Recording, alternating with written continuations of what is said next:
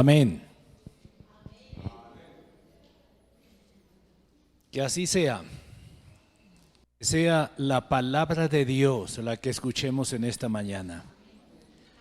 Quiera Dios que así sea, porque no somos vasos adecuados. ¿Quiénes somos nosotros para tomar la palabra de Dios en nuestra boca? ¿Quién soy yo? Hermanos, ustedes conocen mi vida. Ustedes conocen mis pecados. ¿Quién soy yo? ¿Por qué habría de estar aquí para tomar la palabra de Dios en mi boca? La palabra de Dios es santísima. Podíamos morir al abrir el libro santo, el libro eterno, el libro celestial. Acuérdense que Juan lloraba porque no había nadie que pudiera abrir el libro, que fuera digno de abrir el libro. ¿Y Aldemar Osorio sí sería digno? ¿Qué pasó en ese momento? Buscaron por todos los rincones del universo y no encontraron a nadie digno de abrir el libro. Y nosotros en esta mañana podemos abrir el libro. ¿Saben por qué? Porque Cristo lo abrió. Y lo abrió en nombre tuyo también. Y en nombre mío. En nombre de todos los que estamos aquí, que hemos sido alcanzados por la luz de la verdad. Y ahora andamos, caminamos en pos de la luz. Bendito sea el nombre del Señor. Así que vamos a desear de todo nuestro corazón, a pedirle al Señor su gracia, porque todo es por gracia. Sí lo recordamos, ¿verdad? Todo es por gracia. Vamos a pedirle la gracia para que Él abra nuestros ojos, nuestro entendimiento. Y Él tenga por bien en esta mañana enseñarnos su santa palabra. Acuérdense que Él lo dijo desde el Antiguo Testamento y lo repitió nuestro Señor Jesucristo cuando estuvo en la tierra. Él dijo, seréis enseñados por Dios. Bien, que en esta mañana Él nos enseñe. Vamos a abrir nuestras Biblias en Gálatas el capítulo 6 y los versículos 7 y 8. Y vamos a tomar como punto de partida este texto. Con frecuencia no sé cómo ponerle de nombre a las disertaciones que hago. Así que voy a dejar que ustedes le pongan nombre. Bueno, sugiero sembrar para la eternidad o sembrando para la eternidad, no sé. Ustedes verán cómo qué nombre le colocan. Hermanos, vamos a leer la palabra de Dios. Dice así: no os engañéis. Dios no puede ser burlado, pues todo lo que el hombre sembrare, eso también segará. Podríamos decirlo de otro modo también. Todo lo que el hombre siembre, eso segará. Dios no puede ser burlado. No os engañéis. Ahí no estamos alterando nada, estamos diciendo lo mismo.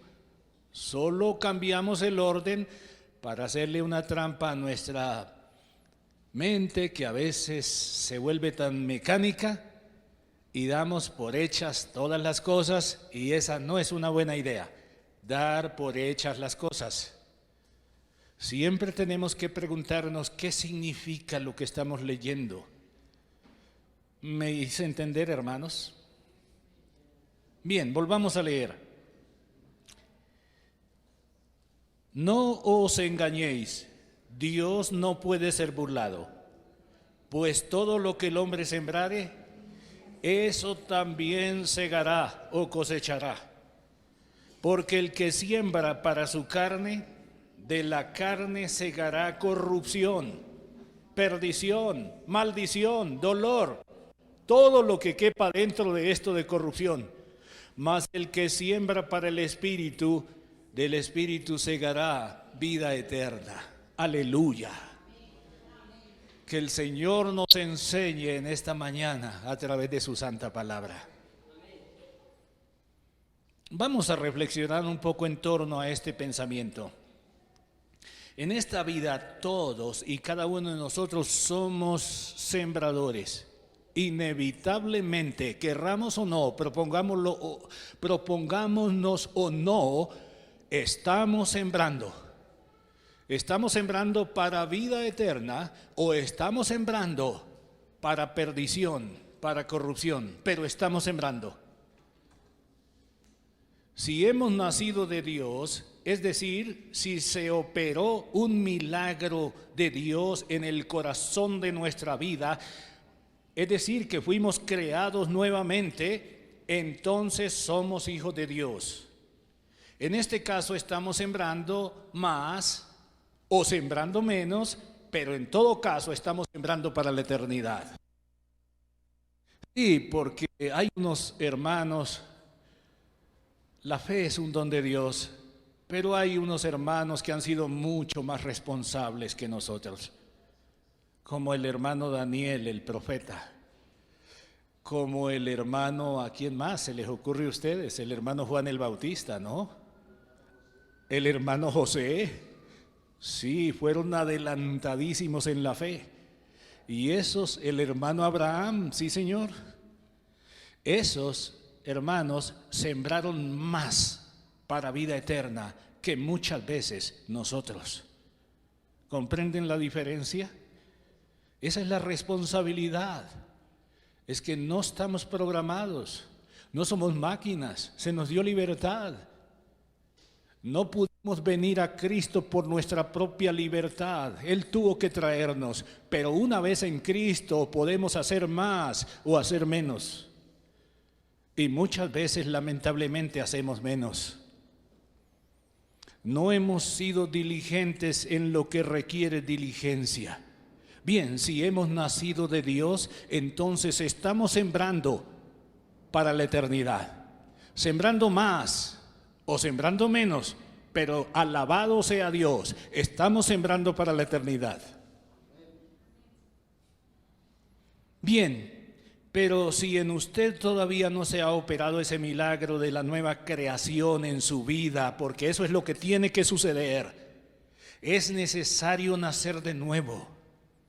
Si no se ha operado ese milagro que solo lo puede operar Dios, usted no lo puede hacer. No, deje ya esa mentira de creer que usted es el que decide. No, es cierto, no estamos programados, no. Tenemos libertad, pero acuérdense que la libertad está esclava por la naturaleza caída. Así que nosotros elegimos según nuestra naturaleza. Y cuando se nos presenta la verdad, entonces, ¿qué elegimos? Entre la verdad y la no verdad, o la verdad y la mentira. ¿Qué elegimos? Si estamos caídos, si estamos en la oscuridad, si estamos eligiendo según nuestra propia naturaleza caída. ¿Qué elegimos si se nos presenta la verdad? ¿Elegimos la verdad? No, elegimos la mentira. Siempre ha sido así y siempre fue así, lo dice Dios en su palabra, clarita y nítidamente. Lo repite muchas veces en el Salmo 14, en el Salmo 53, en Romanos capítulo 3, lo repite una y otra vez. Dice, Dios miró desde los cielos para ver si había un solo entendido que buscara a Dios, y no había ni siquiera uno. Así que los que estamos aquí porque Dios nos trajo, alabado sea su nombre. Pero una vez que el Señor nos trae, somos responsables, hermanos, no somos máquinas. Tampoco cuando Él nos trajo éramos máquinas, no. Pero como le dije, elegíamos según nuestra naturaleza. Gracias a Dios que no nos dejó ahí. Porque si nos hubiera dejado a nuestro propio albedrío, créame que el único fin que tendríamos sería el infierno. Justo el infierno. El infierno justo. Sí, porque eso es lo justo. Eso es lo que yo merecía. Por eso Cristo fue castigado con el infierno, para que yo no fuera castigado con el infierno. Cristo recibió el peso total de la ira de Dios cuando estaba en la cruz, para que yo ya no recibiera el peso de la ira de Dios. Y para que todo aquel que en Él cree no se pierda y no reciba el peso de la ira de Dios, sino que tenga vida eterna. Aleluya. Entonces, hermanos, amigos, si usted todavía es una persona en la que no se ha ocurrido ese cambio, ese nuevo nacimiento, esa nueva creación, esa nueva criatura, lo han leído en la Biblia, ¿verdad? Si usted es una persona en la que todavía no ha ocurrido ese milagro que solo Dios puede hacer, es decir, que vive su vida de acuerdo a lo que a usted le parece, no de acuerdo a lo que Dios manda, entonces usted no es un hijo de Dios, usted no es una hija de Dios, usted está todavía en la oscuridad, está todavía en tinieblas, y aún si usted lo quisiera, está sembrando para su carne, y de la carne segará corrupción, no más. Añádanle todos los adjetivos que se parezcan: corrupción, perdición, dolor, llanto, perdición eterna. Eso es lo que se cosechará. Todo en esta vida es una siembra. Si hemos sido alumbrados por la luz de Dios, entonces estaremos sembrando más o menos, pero estamos sembrando para la eternidad. Pero si no, se estará sembrando solo para esta vida, y todo quedará frenado en el sepulcro. Ahí terminará todo lo de esta vida para la persona que vivió la vida según a él le parecía. Todo lo de esta vida termina con el sepulcro, pero seguirá la cosecha de lo que sembró por la eternidad, y Dios juzgará.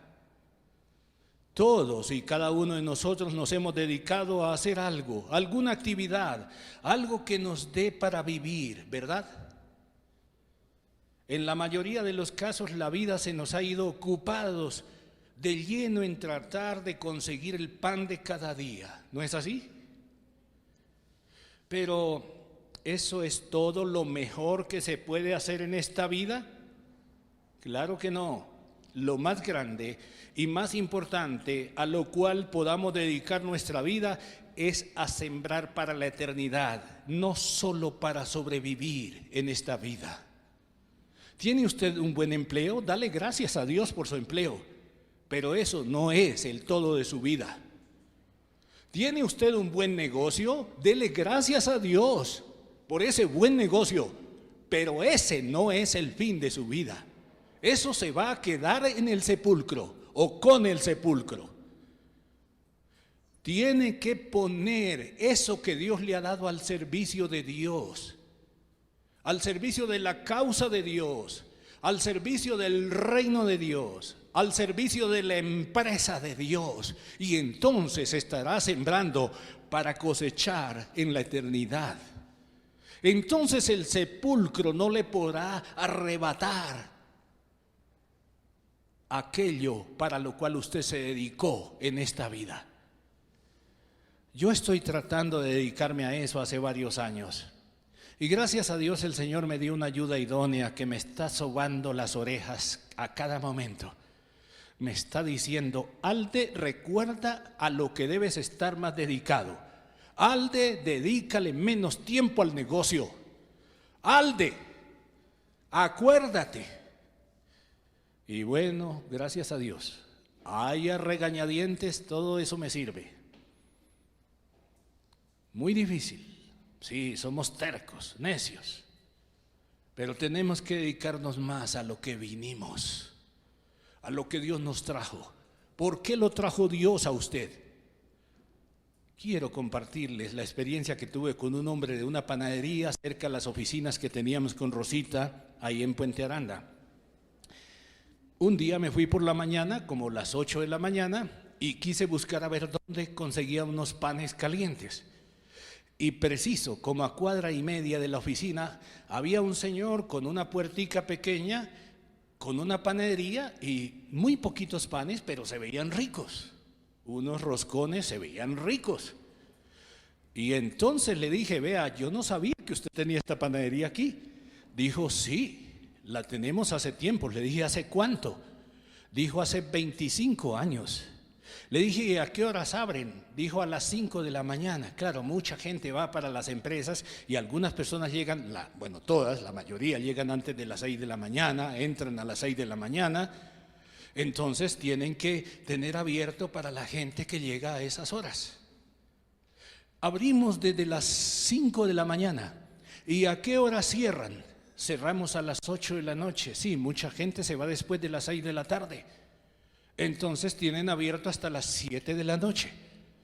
Pero calculen, hermanos, 25 años abriendo a las 5 de la mañana y cerrando a las 7 de la noche. Pregunto, ¿esa es una razón de vida? Bueno, gracias a Dios por el trabajo, sí, gracias a Dios. Pero, hermanos, hay que sembrar para la eternidad. Hay que servir a Dios con lo que Él nos da. Si no, estaremos sembrando solo para esta vida. Porque el que siembra para su carne, de la carne segará corrupción. Mas el que siembra para el Espíritu, del Espíritu segará vida eterna. Los objetivos más nobles, los proyectos más elevados, de todos los proyectos que el hombre pueda emprender en esta vida, el más importante es el proyecto de la vida. ¿Qué va a pasar con su vida? ¿Qué está sembrando? ¿A qué se está dedicando? ¿Qué es lo más importante? ¿A qué le está dedicando su mayor tiempo? Henry Ford dijo, y se volvió famoso con esta frase: envolveré al mundo con un cinturón de vehículos de su marca, por supuesto. ¿Conocen una marca llamada Ford?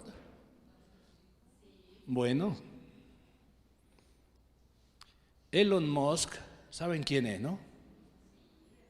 El hombre más rico actualmente, un genio desde niño. Siempre llevaba un libro con él. A veces cuando iban a un centro comercial, bueno, a la mamá le llamaban ratón de librería, a la mamá. Y claro que eso se transmite. Ojalá que lo transmitamos a nuestros hijos. Ese hábito de leer, de enamorarse de los libros. Inviertan en libros. Invertir en libros es invertir en los que saben más que nosotros. Ellos tienen mucho que enseñarnos. Lástima que en América Latina no nos enseñaron a leer. Quiero hacer un paréntesis y contarles esto. Esto no sucede en América Latina. Un chico de 16 años va y visita a una chica, amiga, y la chica tiene una gran biblioteca. Y el chico le dice, oye, ¿sabes cuántos libros tiene? Y ella le dijo, sí, tengo 404 libros. ¿Eso sucede en nuestra América Latina? ¿Eso es común? No. Aquí lo común es reunirse en una mesa afuera con unas botellas de una marca X o Y. Qué cosa tan estúpida. Qué cosa tan ridícula. El hombre se ha alienado con eso. Se reúnen y tienen que hablar y pasar la noche hablando basura, solo alrededor de una cerveza. Y les digo que una cerveza en clima frío, en clima caliente, fría, es rica. Sí, hermanos. No tenemos que llamarle pecado a lo que Dios no llama pecado. Dios llama pecado emborracharse.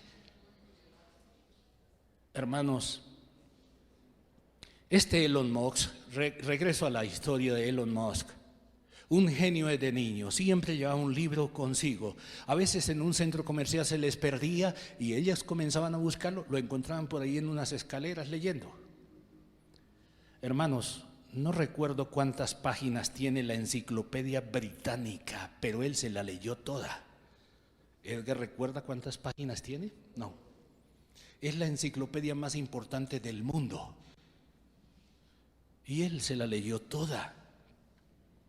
La misión de este hombre, de esto estamos hablando, la misión de este hombre, de Elon Musk, es llevar personas a vivir en Marte. Eso es muy ambicioso. Un filósofo llamado Arquímedes dijo: dadme una palanca y moveré el mundo.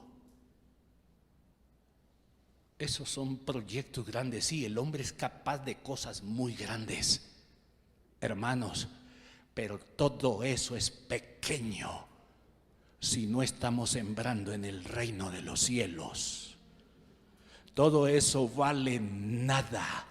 Todo eso se va a quedar con el sepulcro si no estamos sirviendo a la causa que va a ir más allá de la tumba, a la causa en la cual vamos a cosechar por los siglos de los siglos.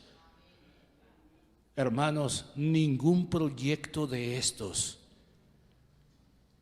es comparable con las grandezas que podemos lograr ocupándonos, sembrando en el reino de Dios. Todas estas son grandezas que el hombre es capaz de hacer. ¿Por qué? Porque es imagen y semejanza de Dios. Sí, Dios es todopoderoso. El hombre no es todopoderoso, pero el hombre tiene mucho poder para desarrollar muchas cosas grandes. Sí, somos capaces de cosas muy grandes, pero eso es nada si no nos ocupamos en lo que perdura por la eternidad. Ningún proyecto de estos es tan importante ni es tan grande como el proyecto de nuestra propia vida. ¿Qué es de su vida? ¿Qué será de su vida cuando ya tenga que partir de este mundo? ¿Puede llevarse algo de lo que sembró en esta vida para cosecharlo y disfrutarlo por la eternidad? Si sembró para la carne, no. Si sembró para el espíritu, sí. Esa es la diferencia. Pero ¿dónde estará? ¿Qué sembró en esta vida? ¿A qué se dedicó? ¿Acaso dedicó su vida solo a lo que no puede llevarse después de la tumba? Ay, hermano, qué decepción. El decreto de Dios es este. Leámoslo nuevamente. Todo lo que el hombre sembrare, eso también segará. No os engañéis, Dios no puede ser burlado. Dedíquese a sembrar según lo que Dios ha dicho, no según lo que a usted le parece. Hermanos, comencemos entonces por el principio. Comencemos por Dios. Todo comienza siempre con Dios, porque Él es el único sin principio. Todo lo demás tuvo principio, pero Dios no. Por eso Él es el principio de todo. Él fue el creador de todas las cosas. Él es el sustentador, es el gobernador supremo. Así que comencemos por el principio. Dios es Dios verdadero y es único. Recordemos que Él es el dueño del aviso. Esta es una expresión propia del entorno empresarial. En el mundo hay muchos dueños de empresas, así que hay muchos dueños del aviso. Pero aquí el dueño es uno solo y único. De Él es la tierra y su plenitud, el mundo y los que en Él habitan también. Es decir, de todo lo que hay en la tierra, el mundo, lo que hay en el mundo, incluido las personas. Somos propiedad de Él. Así que Él, hermanos, es quien dicta las reglas. Él y solo Él es quien dice qué es lo malo y qué es bueno. Él es quien determina qué es lo que tiene verdadero valor y qué es lo vano o qué es vanidad. Él es quien dice qué debemos hacer y qué no debemos hacer, qué nos conviene y qué no nos conviene, qué nos trae muerte y qué nos trae vida. Él es el que lo establece, Él lo dice y será así, no será de otra forma. Aleluya. Él es infinitamente sabio, por lo tanto no se puede equivocar. Es justo y santo en grado infinito, de manera que no puede cometer injusticia. Es también todopoderoso y soberano, así que no existe nada que sea imposible para Él, por lo que no lo puede limitar ni siquiera el tiempo ni el espacio. Pueden limitar a Dios, ni ninguna criatura. Antes, al contrario, Él lo llena todo, está presente en todo lugar y en todo instante. Fue Él, pues Él lo creó todo, lo sustenta todo y lo gobierna todo, sabia y soberanamente. No existe nada que quede por fuera o escape a su gobierno sabio, santo, justo y soberano. Él es la verdad con mayúscula, no con minúscula, porque como hemos dicho, hay verdad con minúscula. En una palabra, Él es Dios, el único Dios verdadero. Debe ser honrado, debe ser adorado, no hay más.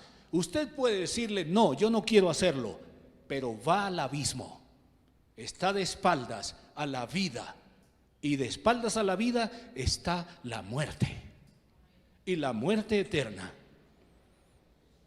Pero hay una pregunta natural en este punto. Si Dios es todo eso, es infinitamente sabio, justo, santo, no se puede equivocar, entonces, ¿por qué las injusticias? Vamos a darle un momentico a esta pregunta, vamos a quedarnos un momentico para responder a esta pregunta. Entonces nos preguntamos esto: ¿por qué el dolor? ¿Por qué hay tanto dolor en el mundo? ¿Por qué hay tanta injusticia? ¿Por qué Dios no hace algo? Y claro, la gente se inventa muchas posibles respuestas, por supuesto falsas. Si no es de Dios la respuesta, es falsa. Dios es el único que tiene la respuesta correcta. Y parte de esa respuesta la tenemos en Eclesiastés 7:29. Es apenas parte de la respuesta, ya vamos con el resto. Dice así: he aquí solamente esto he hallado, que Dios hizo al hombre recto, pero ellos buscaron muchas perversiones. Esa es la primera razón. Esa es parte de la respuesta, pero no es toda. Dios hizo al hombre perfecto, pero ellos se buscaron muchas perversiones. Es culpa del hombre, ¿está claro? Bien, pero todavía la pregunta persiste. Porque, y con toda razón, si Dios es todopoderoso y bueno y es amor, ¿por qué permite el mal en el mundo? Bueno, esta respuesta también está en la revelación de Dios. Así que, hermanos, esta respuesta realmente es mucho más compleja, pero en esta ocasión, como no tenemos tiempo de explicarla en detalle, en la escuela dedicamos mucho más tiempo a eso, así que los animamos a que asistan a la escuela. Vamos a dar en esta ocasión un resumen, una especie de resumen a esta respuesta. Bien, aquí va el resumen. Si Dios es Dios verdadero, es decir, con todas las perfecciones que ya hemos mencionado, infinitamente sabio, santo, justo, entonces es apenas lógico que todo lo haga con sabiduría. Y una sabiduría tan excelsa que muchas veces no logramos abarcar o no logramos percibir. ¿Me hice entender? A ver, si Dios es todo lo que hemos dicho, eso lo dice la Biblia, entonces no se cae de su propio peso que haya muchas cosas que Él hace en este mundo y gracias hermano, y que son sabiduría, ¿el grande o el pequeño? El grande, gracias.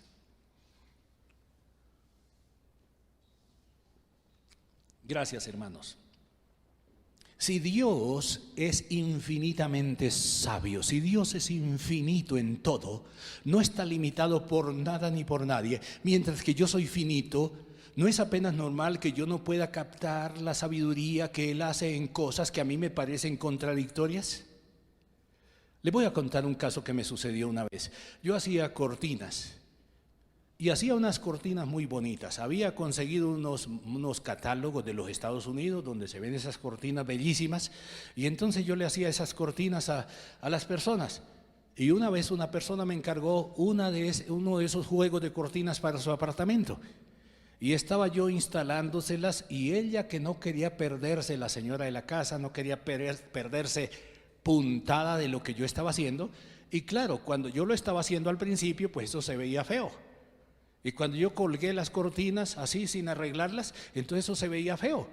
Y se levanta esa señora toda enojada y me dice: no, mire, eso no es lo que yo le encargué. Mire, me sacaba el catálogo. Mire, lo que yo le encargué es esto. Lo que usted me está colgando ahí es otra cosa muy fea. Yo traté de explicarle y como vi que no avanzábamos, entonces no seguí discutiendo y seguí instalando. Más tarde llegó el esposo y le dice: mira, es que yo pedí esto y mira lo que hay. Y yo le dije que no me instalara más, pero él siguió. Y él se calló y esperó, como dijo: sí, ella como que tiene razón, ¿verdad? Esto no se ve igual. Y entonces yo seguí. Sin embargo, él me dejó porque a lo mejor dijo: tal vez tenga razón. Y entonces cuando ya terminé, ya le puse todo quedó en regla. Le dije: ahora sí, venga y mira, por favor. Y dice: ah, sí, están bonitas. Bueno, hermanos, no nos puede pasar así con nosotros siendo tan pequeños y Dios siendo tan grande. Bueno, tan grande es poquita cosa, infinitamente grande. No es apenas normal que que sucedan muchas cosas que Él esté haciendo sabiamente en este mundo y nosotros no las entendemos. Pero detrás de eso hay sabiduría. ¿Qué es lo que yo debo hacer entonces? Debo conocer a mi Dios verdadero. Si lo conozco, entonces no estaré objetándole nada. ¿Por qué? Porque ya sé que Él es infinitamente sabio. Bien, el tiempo se nos fue y quiero hablar de otra parte. Quiero hablar del engaño del diablo, porque aquí en esto de sembrar y cosechar, el diablo se ha metido como se ha metido en todas partes. Y a este punto le quiero llamar el engaño del diablo. Bien, en este proyecto sabio, justo, de felicidad perfecta, en una palabra, en este proyecto del paraíso, en este grandioso proyecto es esencialmente importante que estemos sembrando. Y si lo que estamos sembrando es solo para la carne, es decir, solo para nuestros deleites, riquezas, fama, poder, lo que ofrece este mundo, todo esto terminará en ese momento cuando tengamos que ir al sepulcro.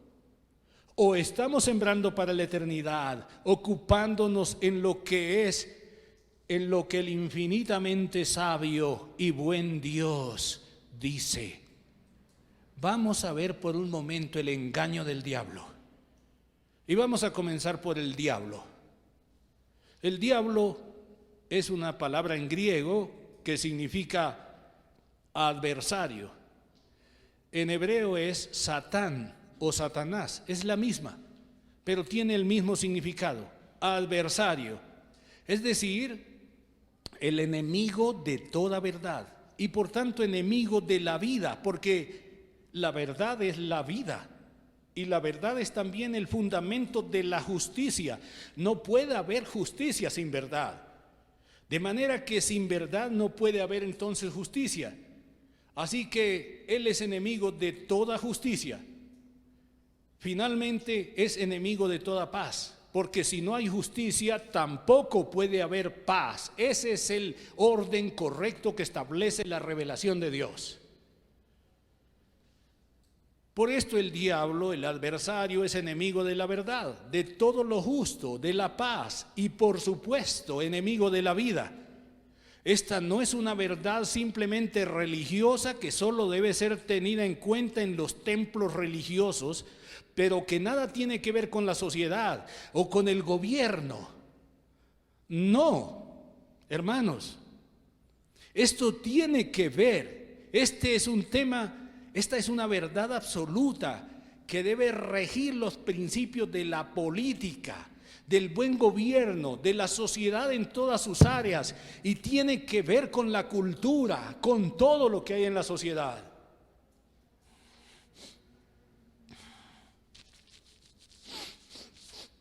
De manera, hermanos, que no es posible darle la espalda a la verdad, que es Dios mismo y su palabra, y al mismo tiempo disfrutar de justicia, de paz y de vida. Al contrario, si se le da la espalda a la verdad, siempre habrá más violencia, más injusticia y más muerte. Todo el mundo debe volverse a la Biblia, porque la Biblia es la palabra de Dios. La Biblia es la verdad. Es Dios mismo.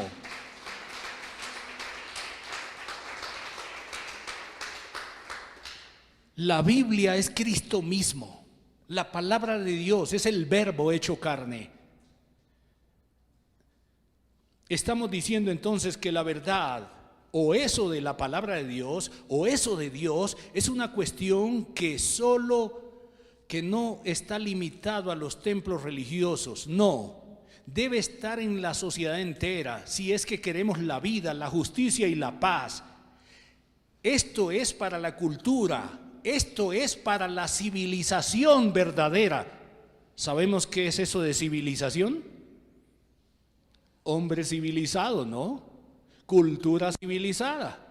Entendemos más o menos qué es la civilización, ¿no? A propósito de la civilización, un filósofo teólogo llamado Gilberto K. Chesterton, más conocido como G.K. Chesterton, le preguntaron una vez, ¿qué opina de la civilización? Y él dijo, me parece una buena idea. ¿Por qué usted no comienza una? Bueno, eso es una ironía ridícula. Comenzar una civilización. Bien, hermanos, para entender mejor esto, vamos a leer en Proverbios 6, versículos 6 al 8. Vamos a Proverbios 6, versículos 6 al 8. Y ahí entenderemos mejor esto que estamos diciendo acá. Dice así la palabra de Dios. Ve a la hormiga, oh perezoso, mira sus caminos y sé sabio. Nos está invitando la palabra de Dios a darnos cuenta que la hormiga tiene un sentido de sabiduría que muchas veces no tenemos los humanos, la cual, no teniendo capitán, ni gobernador, ni señor, prepara en el verano su comida y recoge en el tiempo de la siega su mantenimiento. Dejemos hasta ahí. Nos insta a que miremos a la hormiga y seamos sabios. Ojo a esto. La cual, no teniendo capitán, ni gobernador, ni señor. Las hormigas son una civilización ejemplar. Escúchenme esto. Son una verdadera civilización y ejemplar. Óiganme bien, se parece a nuestro gobierno. Protegen la vida, cuidan y educan a los niños, velan por el bienestar de todas, son trabajadoras, saben aprovechar el tiempo para preparar su comida en el tiempo oportuno, funcionan como un cuerpo, como debe funcionar la iglesia, donde cada miembro cumple su función, de acuerdo al don que Dios le dio a cada una. Cuidan al anciano, óigame bien, eso es científico, cuidan al anciano las hormigas, y los muertos son sepultados en la civilización de las hormigas. Esta es una verdadera cultura civilizada, como debería ser la cultura de la civilización humana. ¿Cuál es la diferencia? La diferencia es que las hormigas no fueron hechas a imagen y semejanza de Dios, y por lo tanto su cultura, su civilización funciona a la perfección. Escúchenme esto: no fueron hechas a la imagen y semejanza de Dios, así que no se les dio ese peligroso don de la libertad. A nosotros sí se nos dio. Si a nosotros no se nos hubiera dado ese peligroso don de la libertad, nosotros funcionaríamos tan perfecto como las hormigas. Pero como Dios nos hizo a su imagen y semejanza, entonces hemos elegido darle la espalda a la verdad, que es la vida. Ese es el engaño del diablo, hermanos. En Lucas leemos que Satanás llevó, Lucas capítulo 4, que Satanás llevó a Jesús y le mostró todos los reinos de este mundo y la gloria de ellos, y le dijo: todo esto te daré si postrado me adoras. Hermanos, esto es lo que el diablo ofrece: la gloria. Ofrece el engaño de ocuparnos en lo que a mí me parece, no en lo que Dios dice. Hermanos, ¿qué va a elegir usted? ¿Va a elegir creerle a Dios? ¿Va a elegir lo que Dios manda? ¿O va a seguir confiando todavía en lo que a usted le parece? Lo que a usted le parece que es mejor. Si sigue haciendo lo que a usted le parece que es mejor, entonces está sembrando para su carne, y de la carne segará corrupción. Hermano, hermana, elija seguir a Cristo. Elija seguirle. Mis ovejas oyen mi voz y me siguen. Elija honrar sus mandamientos. Elija guardar el día del Señor, porque es uno de los 10 mandamientos. Elija obedecer a Cristo. Elija seguirle. Amén. Que Dios nos bendiga.